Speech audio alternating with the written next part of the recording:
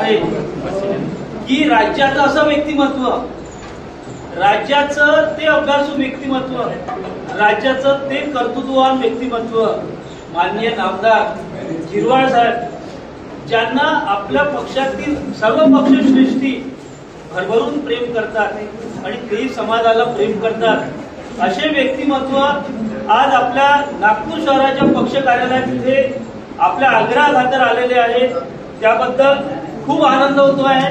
आणि या प्रसंगी या स्वागत सत्कार कार्यक्रम आणि पदाधिकारी संवाद कार्यक्रम या कार्यक्रमात प्रामुख्याने उपस्थित प्रदेश उपाध्यक्ष माननीय अनिलजी अहिरकर साहेब, ज्येष्ठ नेते तानाजी बलवे साहेब, रमणजी ठाऊकर साहेब, पश्चिम विधानसभेचे अध्यक्ष समीरजी रहाटे साहेब, जानबाजी मस्के साहेब, युवकचे अध्यक्ष विशालजी खांडेकर साहेब, वसीमजी पटेल साहेब, राजाभाऊ टाकसाळे साहेब, मिश्राजी विद्यार्थ्यांच्या पूर्व विदर्भ अध्यक्ष माधुरीते पालिवार, सोहेलभाई पटेल साहेब, युवकांचे ग्रामीणचे अध्यक्ष सचिनजी अभिदत्त पाले, मोठी गंडेच्या सर्व उपस्थित राष्ट्रवादीवर भरभरून प्रेम करणारे सर्व पदाधिकारी, पक्षावर प्रेम करणारे पदाधिकारी आणि आपल्या नेत्यांवर प्रेम करणारे सगळे माझे सहकारी,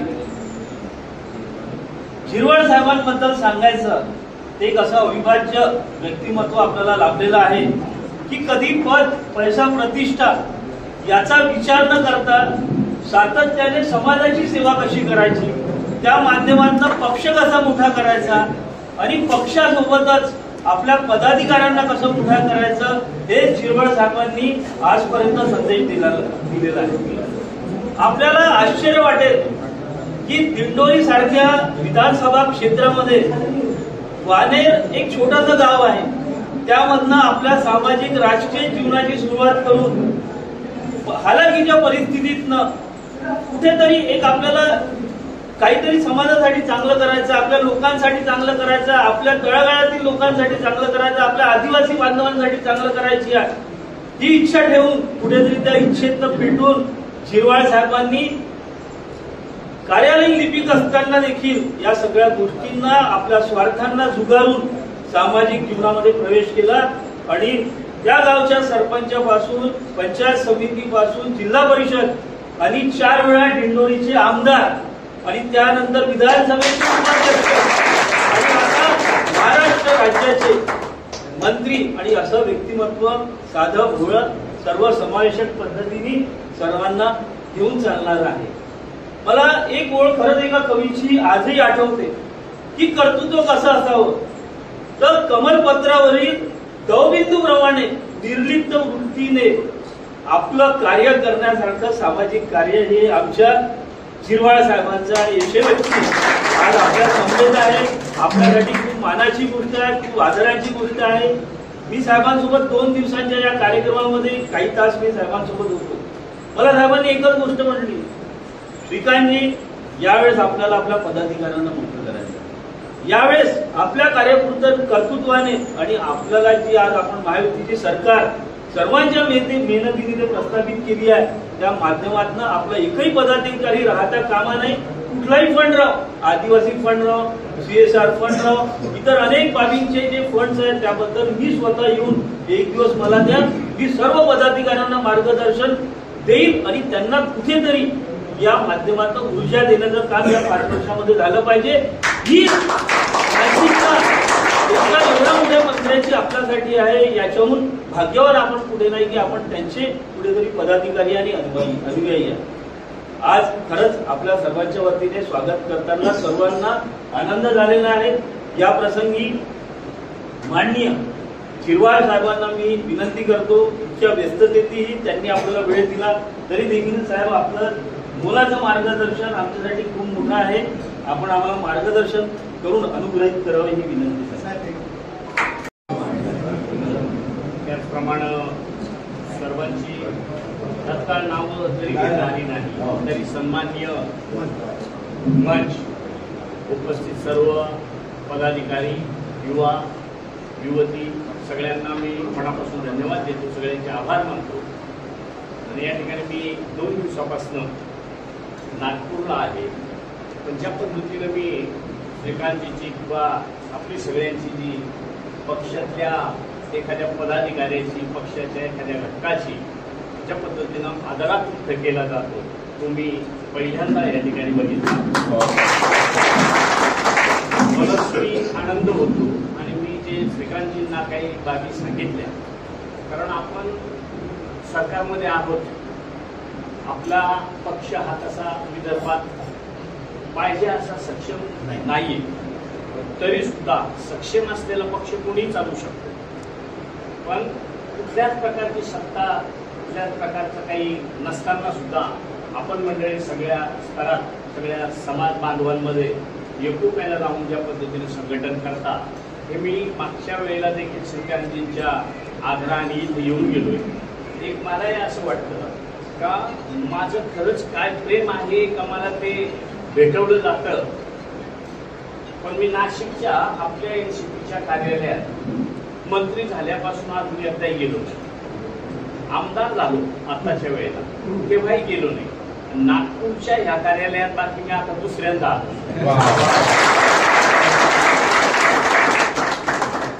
आणि त्यावेळेला येताना मला खरंच एक मी रस्त्यातही सांगितलं का कार्यकर्ते हे शेवटी ही गोष्ट, गाडी सुद्धा डिझेल शिवाय चालत नाही, यंत्रणा पोट बांधून चालत नाही, या सगळ्या गोष्टीचे बारकावे मला माहीत आहे. कारण माझा काळ हा तेव्हा जसं सांगितलं का मी एक मजुरी करणारा माणूस इथवर गेलो, तर तो काळ त्यावेळेचा थोडासा अलग होता, वेगळा होता. घरून भाकरी बांधून कार्यकर्ता काम करत होता. आज ते दिवस नाही राहिले. नेत्यांना थोडंसं पाठबळ जर मिळालं, 4 लोक सांभाळायला नेत्याला सुद्धा त्या ठिकाणी सोपं जातं. आणि त्या दृष्टीनं मी दादांना सुद्धा सांगणार आहे, काही ठिकाणी सदन भाग आहे. आता आमचा पश्चिम महाराष्ट्रातला किंवा आमच्यापर्यंतचा नाशिकचा, धुळ्यापर्यंतचा भाग जर बघितला तर प्रत्येकजण काही ना काही पण त्याच्या सेटल आहे. त्याच्यामुळे तिथला पक्ष चालवणं हे सोपं आहे. आणि काही मतदारसंघ तिकडचे असे आहेत का मोठी गाव आहे, 4 गावांचा 5 गावांचा मिळून एक जिल्हा परिषद गट. इथं हा नागपूर किंवा विदर्भातला ही शहरच नाही म्हणणार, खूप मोठा विस्तार असल्यामुळं तेवढं कनेक्ट होणं म्हणजे ही साधी सोपी गोष्ट नसते. तरी तुम्ही आजपर्यंत टिकून राहिला. आणि मग त्यालाच मी म्हणत असतो का बाबा सुरुवात करताना छोटीशी केली.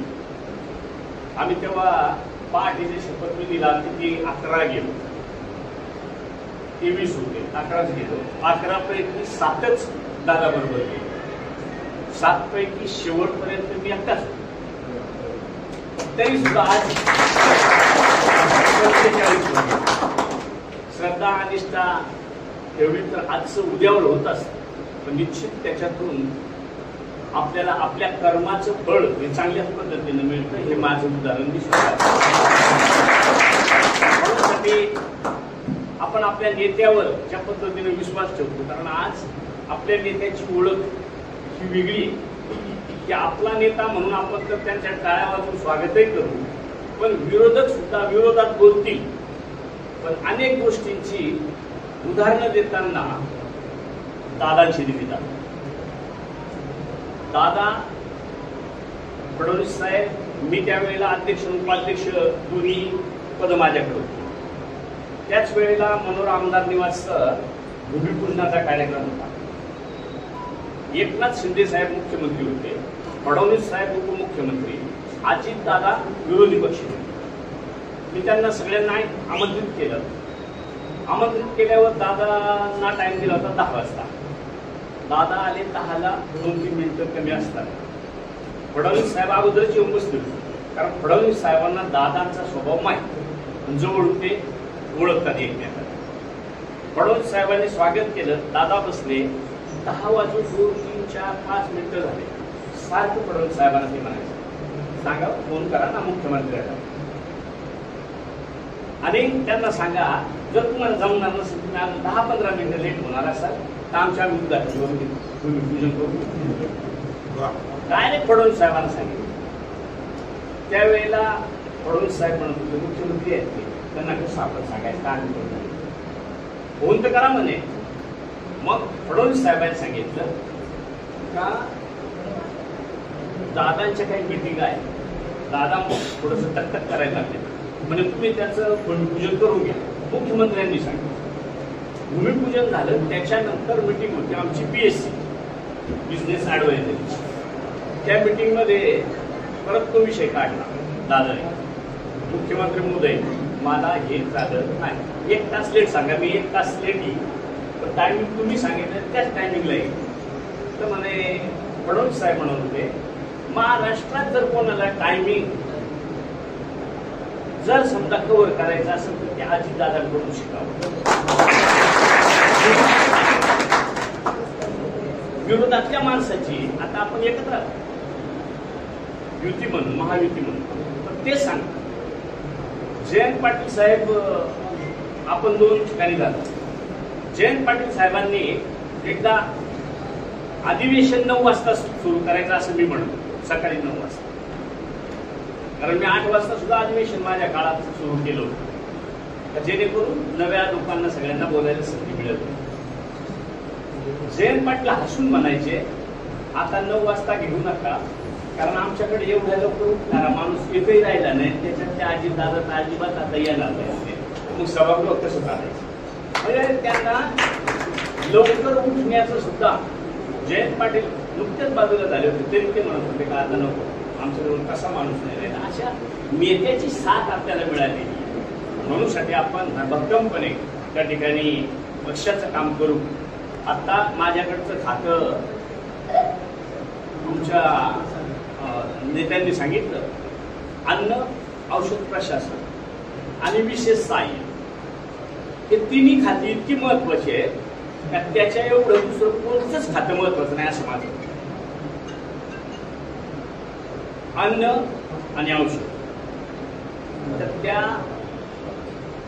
डिपार्टमेंटचा आता मी नव्याने केलेला अभ्यास, पोटात बाळ असतं तेव्हापासून अन्नाची, आईला सकस अन्नाची गरज आहे. आईला काय तुमचे पोलिओचे डोसेस, अमुक दमुक गोळ्या, आयर्न काय लागत असेल नसेल ते सगळं पोटात असतानाच आईला द्यावं लागतं. तेव्हापासूनच काम हे डिपार्टमेंट, पौष्टिक द्यावं तेव्हापासूनच काम. मोठं झाल्यानंतर सुद्धा आपल्याला कितीही कमवायचा हव्यास असला तरी शरीर सुदृढ राहील, शरीर सुखानं राहील, तरच आपलं भविष्यातलं जे काही आपण एवढा आवड कष्ट करतो त्याला अर्थ नसत, त्याला अर्थ काय. म्हणून मी आता तरी सांगतो, आता सध्या आपल्याला इतकं पुण्याचं भाग्याचं ठिकाण आहे. आजची चाललेली अन्नाची, औषधातली जी काही भेसळ आहे ते एक चॅलेंज आहे, ते आपल्याला स्वीकारायचं आहे. कारण आपण अशिक्षित माणसं खेड्यावर जरी गेलो तरी सहज म्हणतात. पूर्वीचा माणूस किंवा म्हाताऱ्या माणसाला भेटला आजही तर ते काय म्हणतं, आम्ही चांगलं खाल्लंय, म्हणजे काय तेल नसलेल्याला चांगलं म्हणतात. तेल कसं टाकायचे पूर्वी तुम्हाला माहिती नाही. आमच्या घरी तेल टाकायचं तर बाटलीत तेल आणायचं, तिथे आतपाव आणायचं, पावशेर आणायचं, पावशेराच्या वर तर नाहीच, आणि तेही बाटलीच्या बुचावर असं बोट ठेवून ओतायचं जेणेकरून ते जास्त पडू नये. पण ते तेवढं सुद्धा आजच्या कैपट चांगलं होतं. आज पळीनच टाकलं जातं, चमच्यानंच नुसतं टाकलं जातं, पण ते काय टाकतात तेच तुम्हाला माहिती, ते शोधायचं काम आपल्याला करायचं. म्हणून ते खातं मत.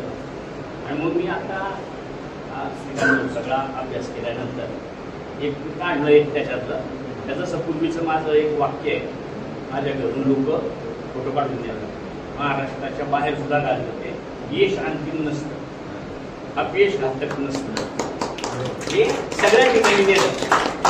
आता मी नव्याने एक वाक्य आणलंय, आता आपल्याला हे सगळं करताना पक्ष वाढवायचा आहे, विकास करायचा आहे, स्वतःचा विकास करायचा आहे, मुलाबाळांचा विकास करायचा आहे. त्याच्यासाठी आपल्याला एक पत्ते पहिल्या दिवसापासून पाळावं लागणार आहे. अन्न औषध म्हणून खावं लागेल. अन्न औषध म्हणून खावं लागेल. नसल तर औषध अन्नाप्रमाणे खावं लागेल.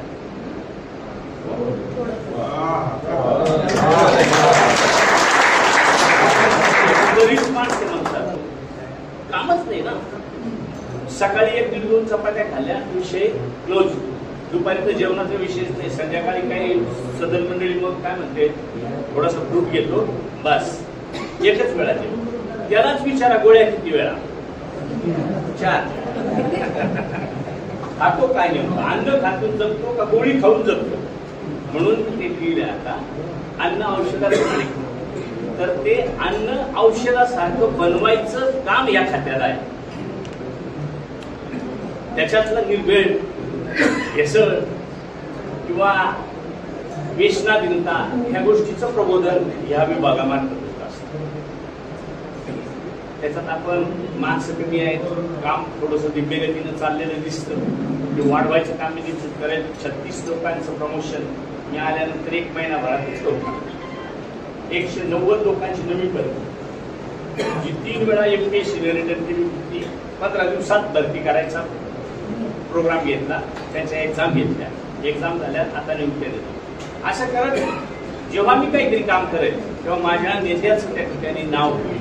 म्हणून साठी आपण सगळ्यांनी मिळून या पद्धतीने कामकाज करू. दुसरं खातं आहे तुमच्या कामासाठी विशेष सहाय्य. मी विदर्भातली विशेष सहाय्याची आकडेवारी 2च ह्या विभागात अमरावती आणि इथली बघितली.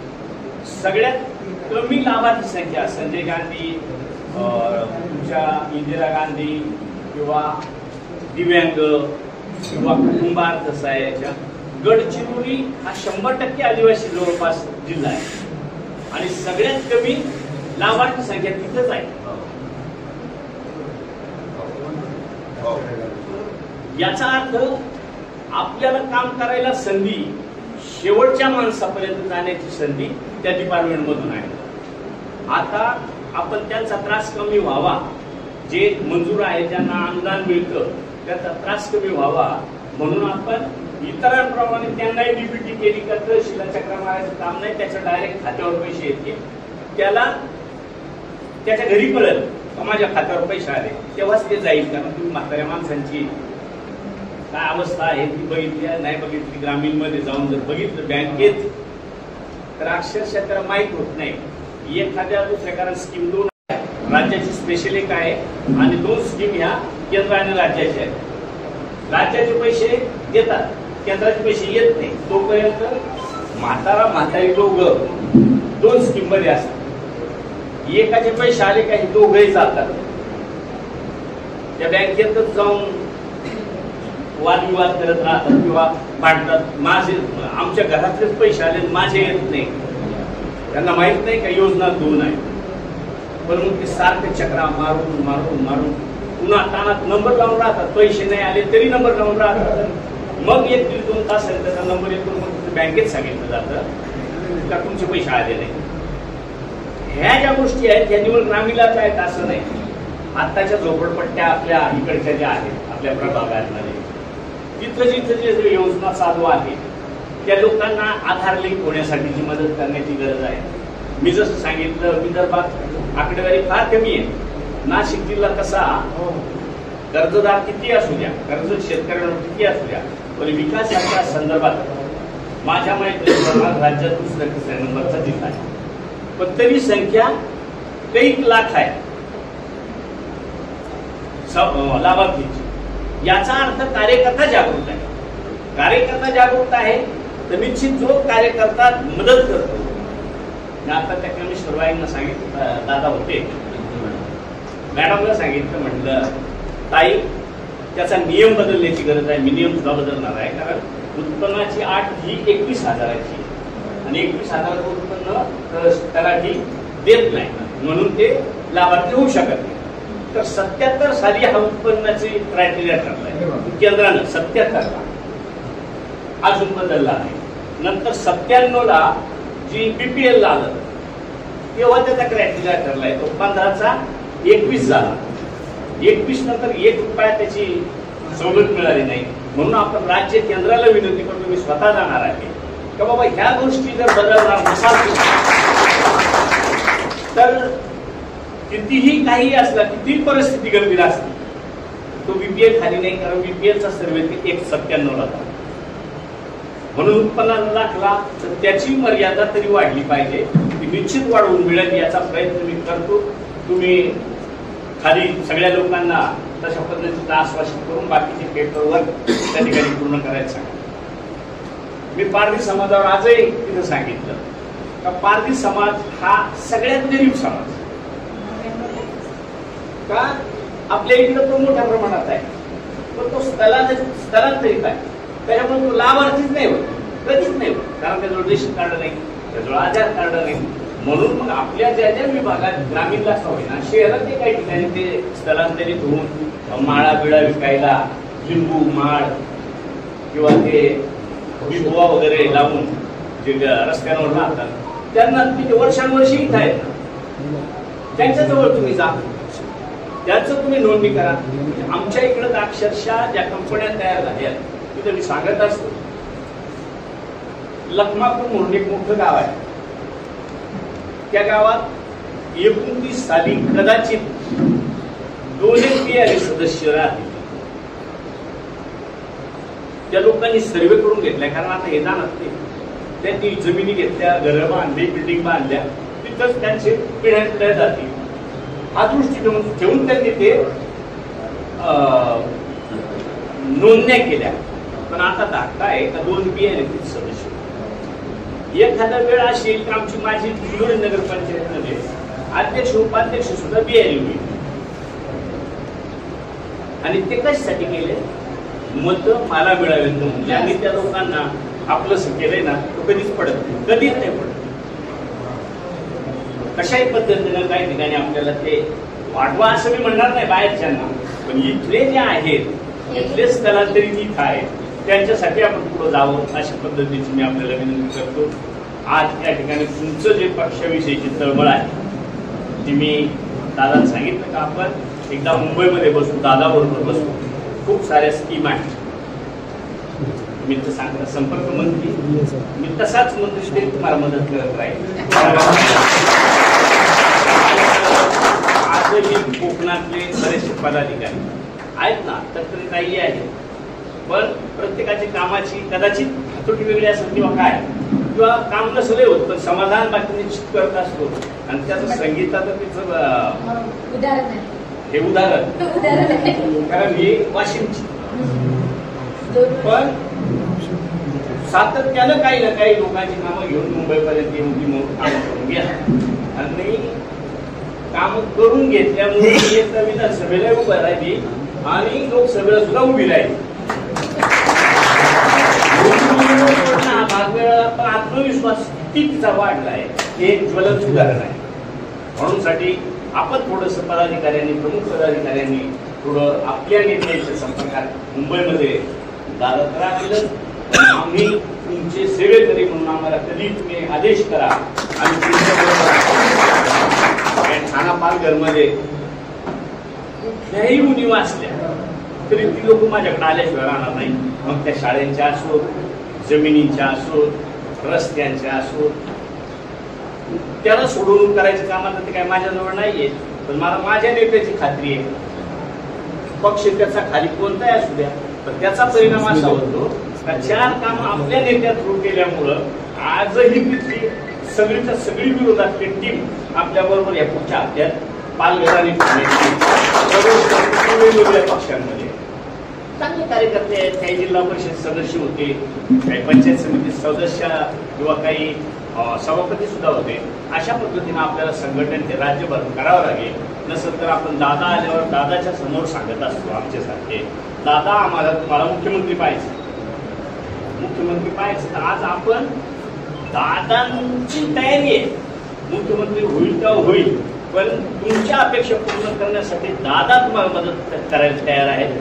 त्या मदतीत आपण दादांना तर करूच करू मुख्यमंत्री, पण तुमच्यापैकी सुद्धा काही ना काही पण त्या ठिकाणी पदाधिकारी वेगवेगळ्या ठिकाणी होतील. अशा पद्धतीचा प्रयत्न आपण करू.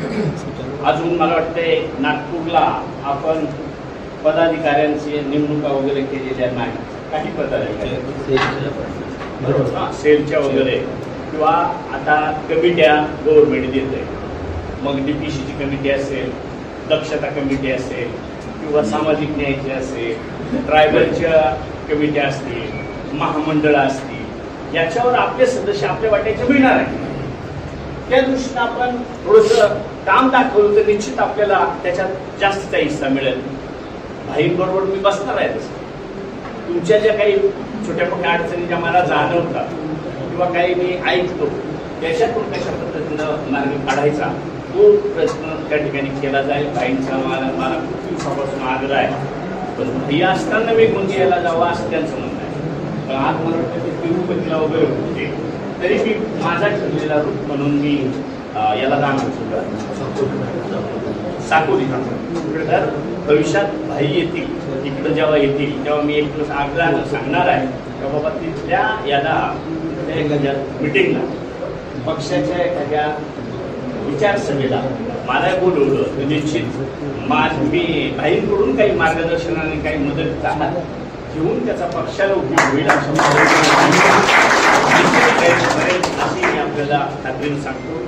परवाच गेल्यानंतर मी आढावा देताना पहिलं तुमच्या नागपूरकरांचं दुःख आणि सुख दोन्ही गोष्टी मी तुम्हाला खात्री देतो. मधून मधून आपण चांगल्या संपर्कात राहू.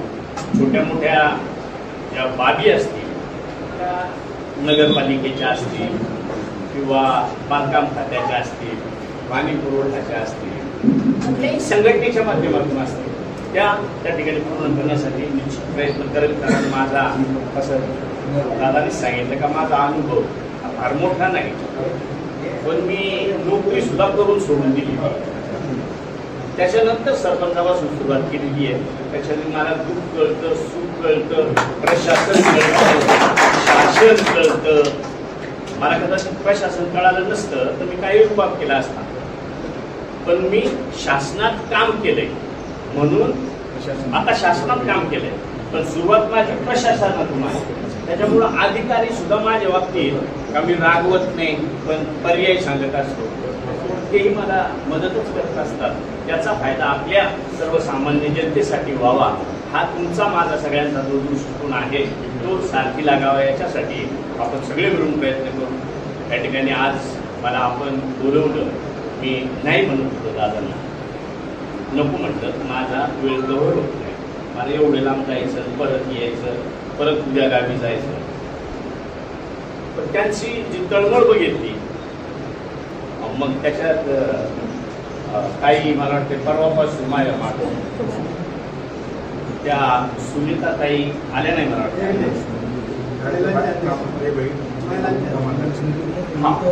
तशी तरुणांची बरीचशी पिढी आणि बरेच वेळा एक होते तुम्ही मंडळी मला भेटत असता, पण आज भेटलं का 2 वर्षांनी भेटायचं. त्याच्यामुळे मला डायरेक्ट एका फेस टू फेस थोडंसं त्यांना पटेल साहेबांना केवढं ओळखू शकतो, त्यांना ओळखू, त्यांना ओळखू, ते सातत्यानं बरोबरीनं चर्चा होत असते, त्यांना सगळ्यांना ओळखतो. आणि म्हणून आपण कमीत कमी फोन फानवर का होईना थोडंसं बोलत राहिलं, चर्चेत राहिलं तर निश्चित आपल्याला थोडंसं समजून घ्यायला आणि त्याच्यातून मार्ग काढायला सोपं जाईल.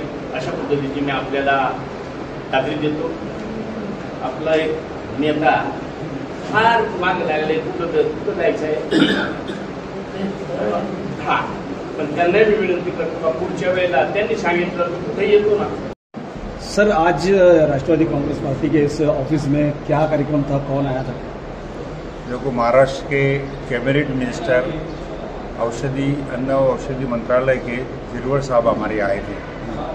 बहुत कम समय उनके पास था. आज उनको सागोली का प्रोग्राम था. इसके बावजूद भी हमारे शहर के कार्याध्यक्ष श्रीकांत जी शिवनकर जो है उन्होंने जो इच्छा किया उनका, और हम सब लोगों के लिए यहाँ पे पार्टी ऑफिस उनको लेके आए. सबसे पहले तो मैं उनका अभिनंदन करना चाहूँगा कि सामान्य कार्यकर्ताओं से उन्होंने उनको सबको मिला के दिया. और डाउन टू अर्थ नेता जिसको कहते हैं वो हमने गिरवर साहब में देखा, उनका व्यक्तिमत्व जो देखा. और उन्होंने हमारे कार्यकर्ताओं की भावनाओं को जो पहले चर्चा हुई बाकी लोगों से चर्चा करते हुए उन्होंने महसूस किया कि जब तक हम कार्यकर्ताओं को बड़ा नहीं करते तब तक पार्टी बड़ी नहीं होती। ये महत्वपूर्ण बात उनके समझ में उन्होंने खुद बोली यहाँ पे। दूसरा, बड़ी बड़ी पार्टियों में पार्टियाँ चलाना बहुत आसान होता है, लेकिन जो अभी ये नई पार्टी हमारी दादा एक ग्रुप जो नया बना है, इसमें नेतृत्व लेके श्रीकांत शिवनकर जो हमारे कार्याध्यक्ष है, उन्होंने जिस प्रकार से इस पार्टी में काम करने का तय हुआ, यानी छोटी दुकान को बड़ी करने के लिए मेहनत लगती है, वो कर रहे हैं। ये अभिनंदन के पात्र है हमारे, और मैं उनको शुभकामनाएं देता हूँ कि नागपुर शहर के अंदर में इसी प्रकार से कार्यकर्ताओं से प्यार से अगर वो उनका कार्य चलते रहेगा, नेताओं को खींच के यहाँ लाते रहेंगे तो हमारे कैबिनेट मंत्री जी ने कहा कि कार्यकर्ताओं को जोड़ो। आपके राष्ट्रवादी कांग्रेस पार्टी में ऐसे हीरे कार्यकर्ता हैं कि अगर उनको तराशने की ज़रूरत है, अगर पार्टी के कार्यकर्ता और पदाधिकारियों को, जैसे शिवनकर सर है, और मैं देखता हूँ सोहेल सर है जिन्होंने 44 घरों का मुद्दा उठाया, झोपड़पट्टियों का मुद्दा उठाया, राजनगर का मुद्दा उठाया। क्या कहना चाहते हैं? ऐसे आपके पास बहुत सारे हीरे हैं, लेकिन उनको भी तराशने की और सपोर्ट की जरूरत है। मैं प्रदेश का उपाध्यक्ष के नाते मेरा कर्तव्य है इन लोगों के लिए लड़ना, और समय आने का है। मैं बड़ी ताकत से इनके लिए लड़ने वाला हूँ, क्योंकि मैंने इस शहर का जो पद है वो मेरे को मिल गया है। शहर का अध्यक्ष रह चुका हूँ मैं, और प्रदेश में उपाध्यक्ष को नाम मात्र नहीं रहूँगा मैं। लड़ाई का एक वक्त होता है, उसका मैं सोहेल भाई आप सबको बताऊँ, मैं इंतजार कर रहा हूँ। मेरा